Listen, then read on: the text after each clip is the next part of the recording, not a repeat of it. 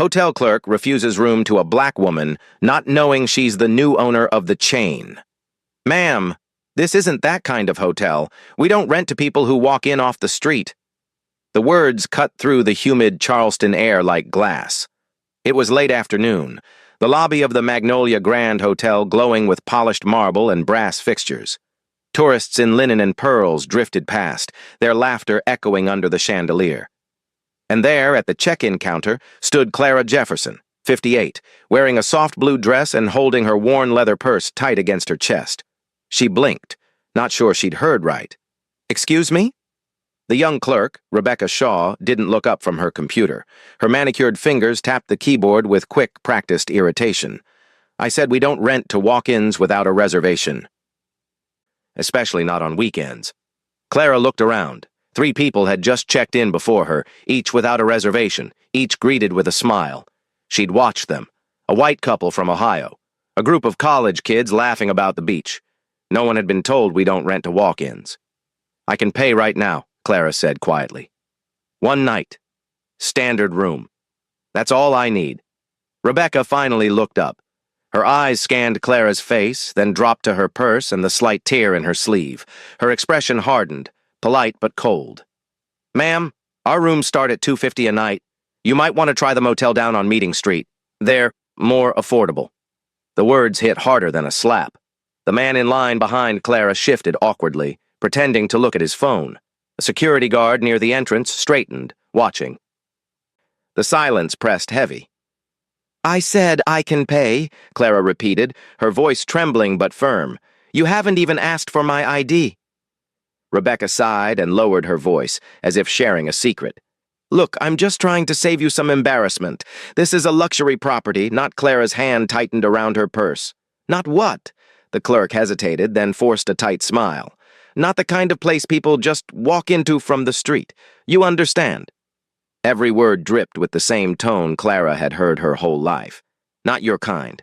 Not meant for you." A family walked in behind her, a man in a polo shirt, his wife holding a designer bag. "Checking in for the weekend," he called cheerfully. Rebecca's face, transformed, bright smile, cheerful tone. "Of course. Welcome to the Magnolia Grand." She reached for their cards without hesitation. Clara stood frozen. Heat rose behind her eyes. She'd faced this before at restaurants, at car dealerships, in banks. Always polite, always smiling, but the message was the same. You don't belong here. The security guard took a slow step forward. "Everything all right, Becky?" "She's just leaving," Rebecca replied quickly. Clara's voice cracked. "I'm not leaving. I came here to stay." A few guests looked up. The room tightened. Rebecca leaned closer, whispering, "Ma'am, don't make a scene. I'm calling my manager." Clara exhaled, steadying herself. Her heart pounded, not from anger but from the sting of something deeper, the exhaustion of having to prove worth in every room. She set her purse gently on the counter. "You can call whoever you need. But you're not going to talk to me like that." Rebecca froze, surprised by the quiet strength in Clara's voice. "I've spent 30 years traveling for work," Clara continued. "Paid for more hotel nights than you've probably worked in your life. So, you can drop that tone." A couple nearby nodded quietly. Someone whispered, "Good for her."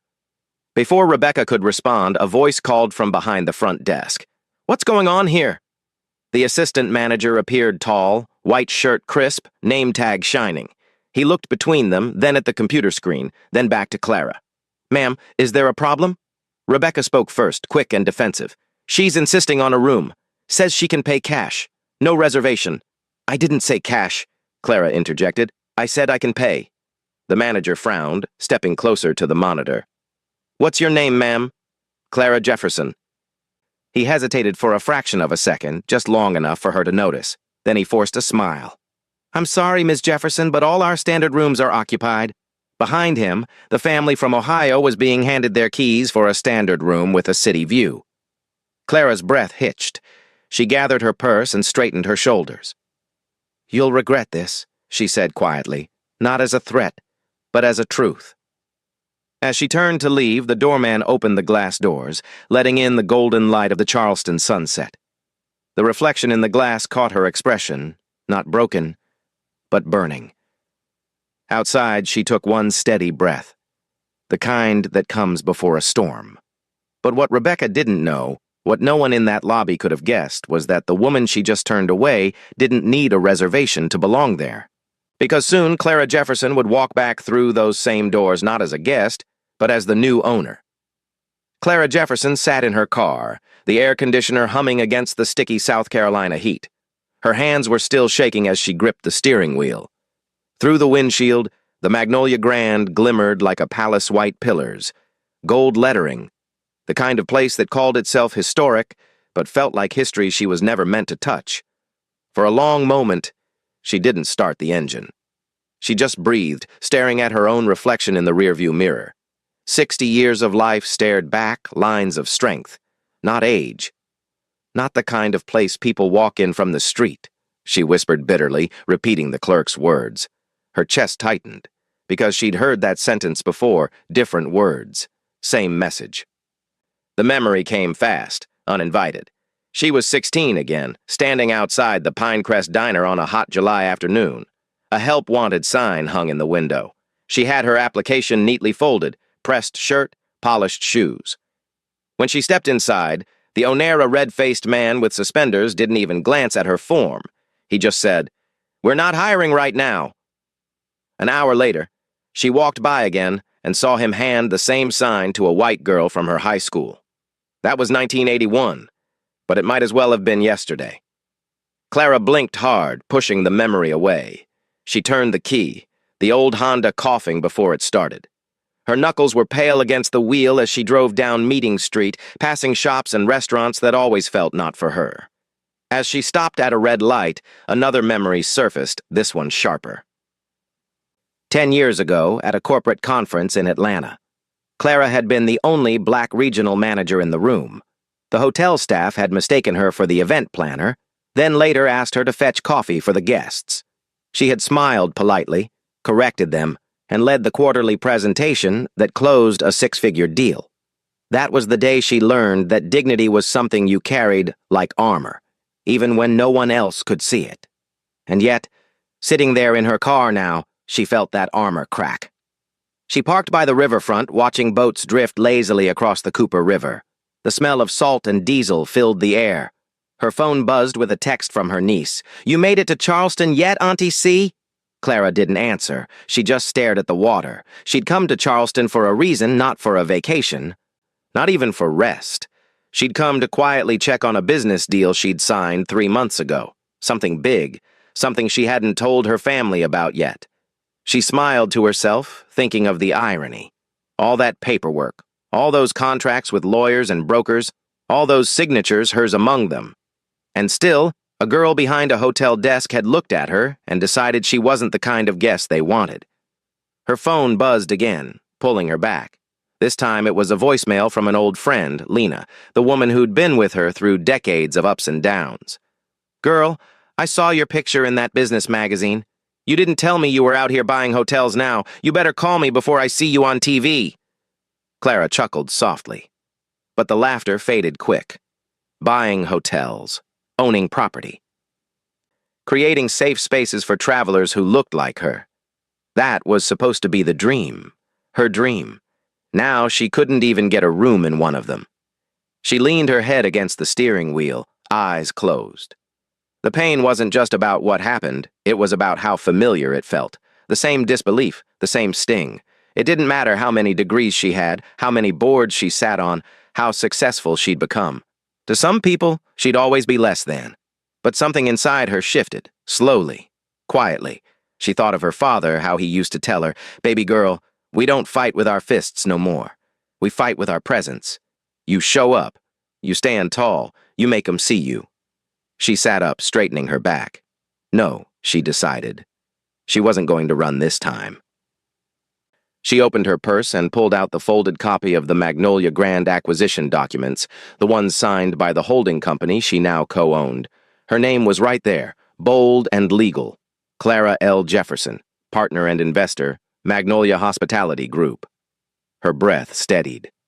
"All right," she murmured to herself, her voice low but sharp as steel. "Let's see who owns this place now." She put the car in gear and turned back toward the hotel, the sunset painting the sky in blood orange and gold. Inside her chest, the old wound still burned, but beneath it a new fire had started to rise. As Clara turned the car back toward the Magnolia Grand, the evening sun dipped low, burning gold against the horizon. The humiliation still stung, but something deeper had awakened inside her, a quiet, rising fire. And soon, everyone in that hotel was going to feel its heat. By the time Clara drove back to the Magnolia Grand, the streetlights had flickered on. The marble front glowed beneath the amber lights, as if the building itself had no idea what it had done. The valet glanced at her car, hesitated a second too long, then waved her forward. She parked anyway. This time she didn't walk in as the woman from earlier. She walked in like someone with a mission. Her heels clicked on the polished floor, every sound deliberate. At the counter, the same clerk, Rebecca Shaw, froze. Her eyes widened. "Ma'am, I thought you..." Clara cut her off with a calm smile. "Left?" "No, I had some business to handle." She reached into her bag, pulling out a thin navy blue folder with gold lettering across the top, Magnolia Hospitality Group, LLC. Rebecca blinked, trying to process what she was seeing. I don't think I... Is your manager still here?" Clara asked. Rebecca nodded quickly. "Yes, but good. Go get him." The confidence in Clara's tone left no room for argument. The clerk disappeared behind the door marked Staff Only, and Clara let her gaze wander around the lobby.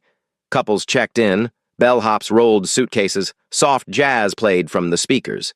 Everything looked calm, elegant, normal, just like it had an hour ago when she was told she didn't belong. Now, standing here again, she felt the weight of the past hour lift from her shoulders. Not gone, just lighter. The manager appeared, the same man with the crisp white shirt and polished shoes. "Ms. Jefferson," he said cautiously, remembering her name this time. "I thought Wire solved the situation." "Not yet," Clara said evenly, "but we're about to." She handed him the folder. Inside were copies of legal documents, signed and stamped. His face changed as he read the first page. "I don't think you understand," he started, voice trembling slightly. "I understand perfectly," Clara replied.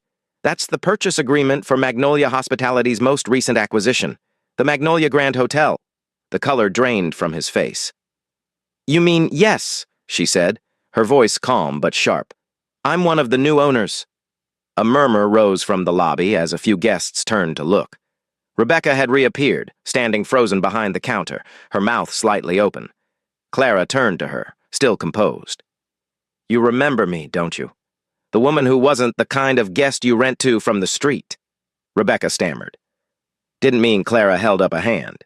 "It's all right. You don't have to explain. You just showed me exactly what this place still teaches people to see." The manager glanced around nervously, lowering his voice. "Miss Jefferson, please. Can we talk in private?" "No," Clara said firmly. "This happened in public. We'll handle it right here." The air in the lobby thickened. Even the jazz music seemed to fade. Clara stepped closer, her voice low but carrying weight. "See? When you've lived long enough in this country, you get used to doors being closed in your face. You get used to pretending it doesn't hurt. But sometimes..." She paused, her eyes locking on the clerk's. "Sometimes it's the same doors you end up owning later." The manager swallowed hard. "You didn't realize?" "No, you didn't," she said, "but now you do."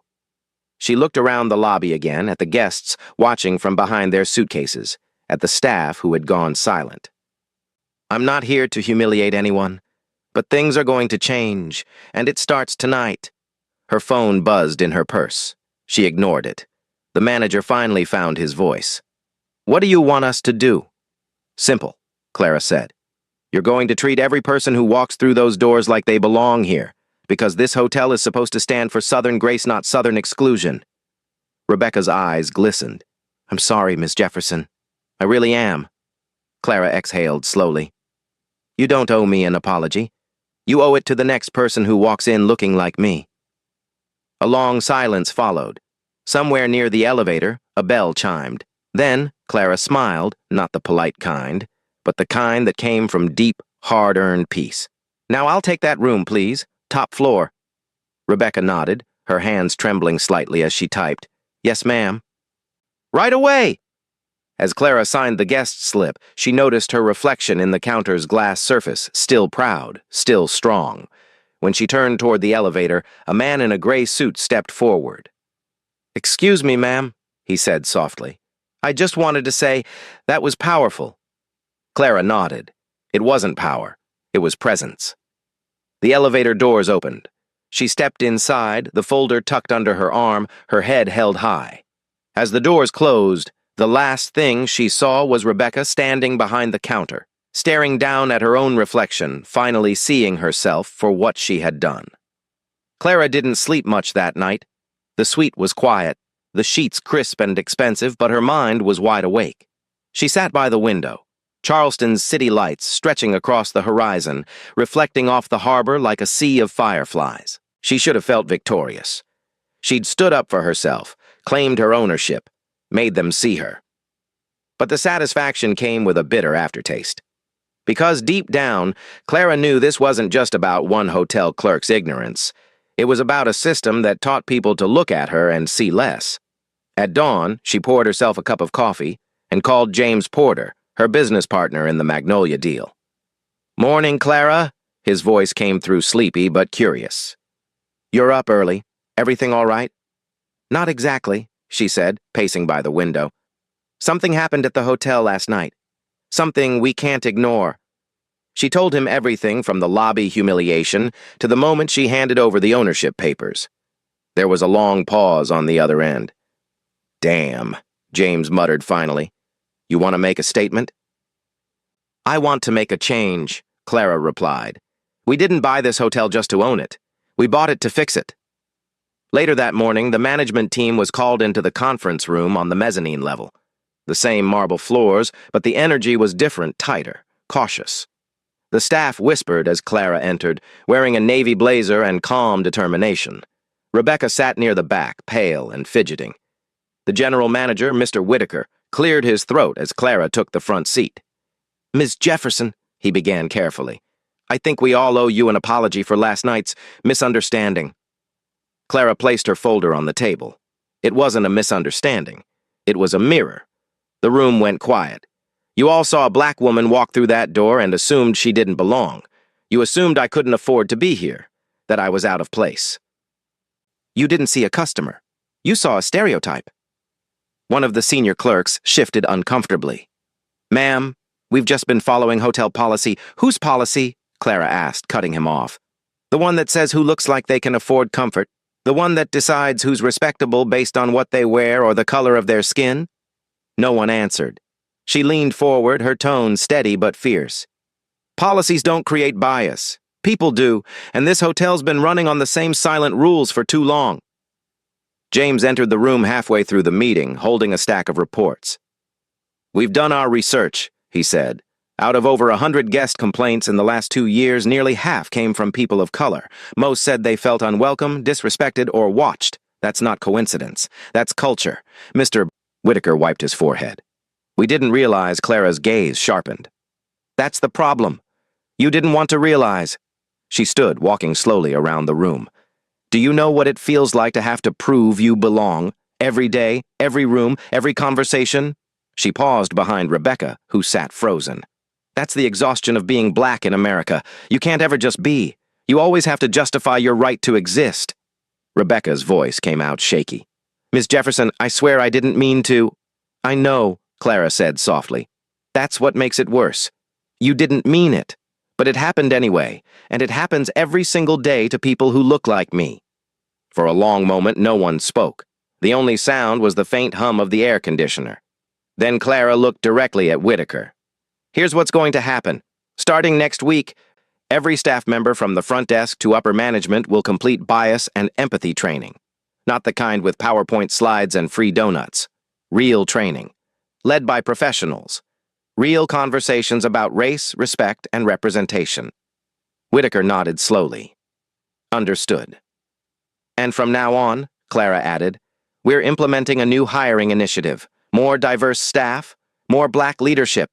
If this hotel is going to represent Southern hospitality, it's going to mean all of the South, not just part of it."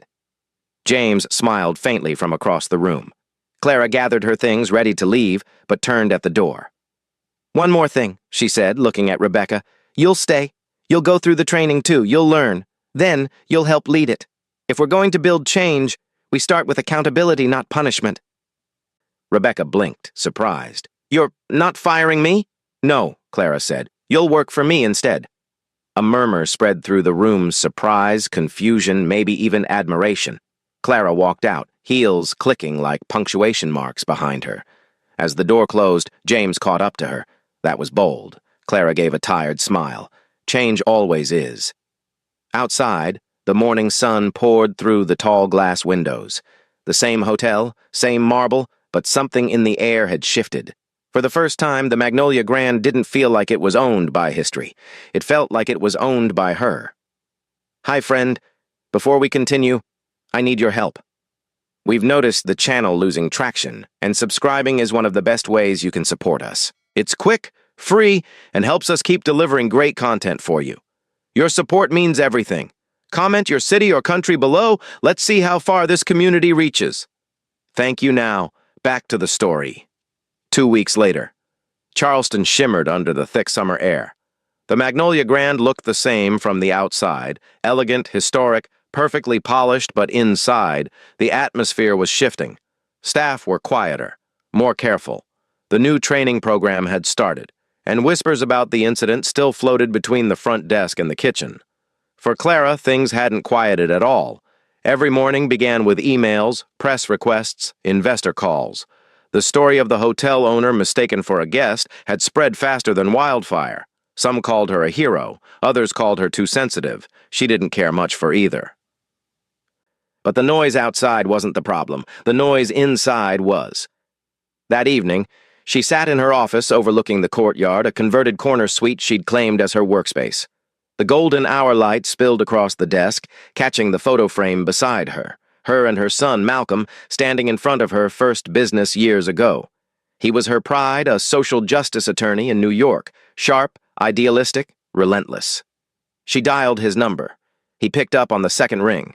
Hey, Ma, I saw the article. You really stirred up some dust down there. Clara smiled faintly. Somebody had to. How's work? Busy. We just filed a case against a property group discriminating against tenants. Ironically, one of their hotels is in South Carolina, too. Figures, she said dryly. Malcolm paused, then his tone changed softer but edged with concern. Ma, I gotta ask, why are you still there? You proved your point. You could let corporate handle the rest. Clara leaned back in her chair, gazing out the window. Because I'm not doing this just for me, baby. I'm doing it for every person who's ever been looked at like they don't belong. I'm tired of seeing that look. Yeah, but this fight, it never ends, Ma. You know that. You've been fighting it since I was a kid. She chuckled, but it wasn't light. And I'm still standing. That's what worries me, Malcolm said. You shouldn't have to keep proving your worth. You've earned your peace. His words hit her harder than she expected. Baby, she said after a long pause, you think I do this because I like fighting? I do it because if I don't, someone else will go through the same thing tomorrow. Maybe someone like you. Malcolm sighed. You raised me to fight too, but sometimes I wonder if all this fighting is just surviving, not living. The silence stretched, heavy but honest. I saw the pictures online, he continued quietly. You looked strong, but I know that face, Ma. That's your don't let them see you bleed face. Clara looked down at her coffee, now cold. Maybe, but I bled enough in private over the years. She stood and walked to the window. Below, guests strolled through the courtyard, the fountain glowing under string lights. A young black couple held hands, laughing, completely unaware of the war that had been fought for them to walk there without fear. You know what's funny? She said softly. When I was your age, I used to dream about walking into places like this and being invisible, just another guest. Now that I can, I don't want invisibility anymore. I want visibility the kind that makes people see who built this country, who survived it, who still stands in it. Malcolm didn't respond right away. Then he said, I get that, Ma, but promise me you'll take care of yourself too. I will, she said, smiling into the phone. Don't you worry. Your mama's tougher than she looks. They said their goodbyes, and after she hung up, Clara sat for a long moment. her heart both heavy and full. She thought about everything her generation had endured, the slurs, the looks, the ceilings that never quite broke. And now, even with all the progress, the fight still wasn't over. A knock at the door pulled her from her thoughts.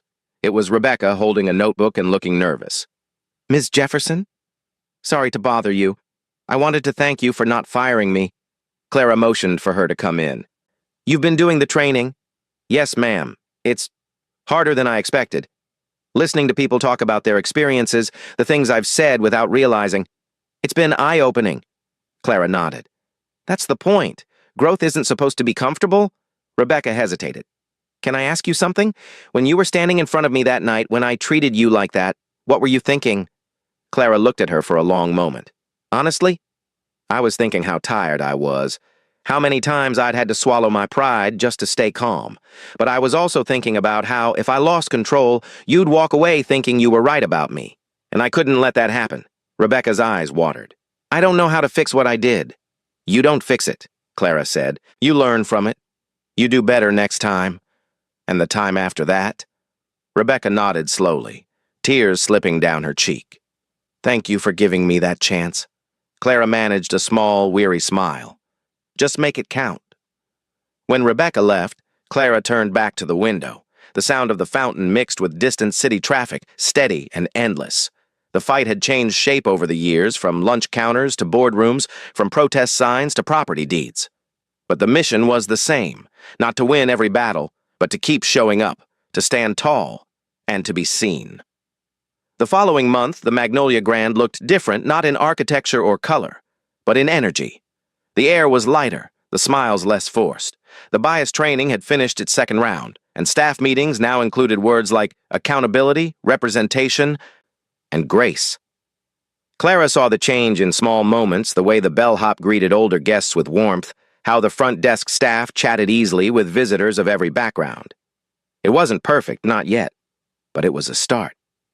That morning, Clara walked through the lobby on her way to a meeting when she heard a voice behind her. "Ms. Jefferson?" It was Rebecca. She looked nervous but determined, a folder clutched in her hands. "Yes, Rebecca?" Clara asked gently. "I wanted to show you something."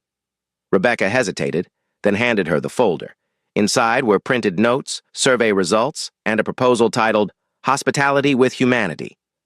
"I've been thinking a lot about what you said," Rebecca continued, "about how we don't fix things, we learn and do better. So I started working on a new guest service initiative, one that includes bias awareness, empathy communication, and cultural sensitivity." Clara flipped through the pages, quietly impressed. "You wrote this yourself?" "Yes, ma'am. I used what we learned in training and added some things I researched, like how first impressions are shaped in under 10 seconds, and how tone alone can make people feel respected or rejected. I think if we adopt this program across our chain, it could set a new standard." Clara looked up. "You're talking about changing the whole industry." Rebecca smiled nervously. "Well, we have to start somewhere." For the first time, Clara saw something real in Rebecca's eyes. Not guilt, not fear, but understanding. "Let's present it to the board next week," Clara said. "If they approve it, we'll roll it out across all our properties." Rebecca's shoulders relaxed. "Thank you, Ms. Jefferson, for believing in me." Clara nodded. "Don't thank me yet. Thank yourself, you did the work." Later that afternoon, the two women stood side by side in the conference room. James Porter and the rest of the leadership team sat across from them as Rebecca clicked through her slides. She spoke with steady confidence, explaining how the program could become part of every guest interaction. When she finished, the room was silent for a moment. Then James leaned forward. "This is good, really good." The head of HR nodded. "It's honest, it's actionable, it's exactly what the industry needs." When the vote passed unanimously, Rebecca exhaled with relief. Clara reached over and gave her shoulder a light squeeze. "See what happens when you turn a mistake into a mission?" That night, the hotel hosted its first community dinner and open event to welcome locals, staff, and guests together. The lobby smelled of roasted chicken and sweet cornbread, jazz music floating softly through the air. Rebecca helped serve food, laughing with guests, her energy transformed, and Clara, for the first time in weeks, allowed herself to sit and simply observe. She thought about all the times she'd been turned away, doubted, or dismissed. About how many faces like hers had been told, "We don't rent to people like you." And now, here she was, watching a room full of people break bread in a place that once excluded them. Midway through dinner, a young man approached her. He was maybe 25, dressed neatly but humble. "Excuse me, ma'am," he said shyly. "Are you Miss Jefferson?" "I am," she smiled. "What's your name?" "Darius," he said. "I wanted to say thank you. I work at the front desk now. I almost didn't apply 'cause I thought they wouldn't hire someone like me. But then I heard what happened, how you changed things here. It made me believe I might belong." Clara's throat tightened. "You do belong, Darius, and don't let anyone ever make you question that again."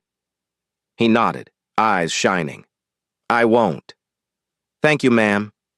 When he walked away, Clara sat quietly for a moment, letting the emotions settle.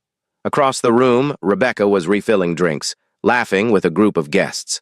The image struck her: two women, worlds apart, now working side by side to build something better.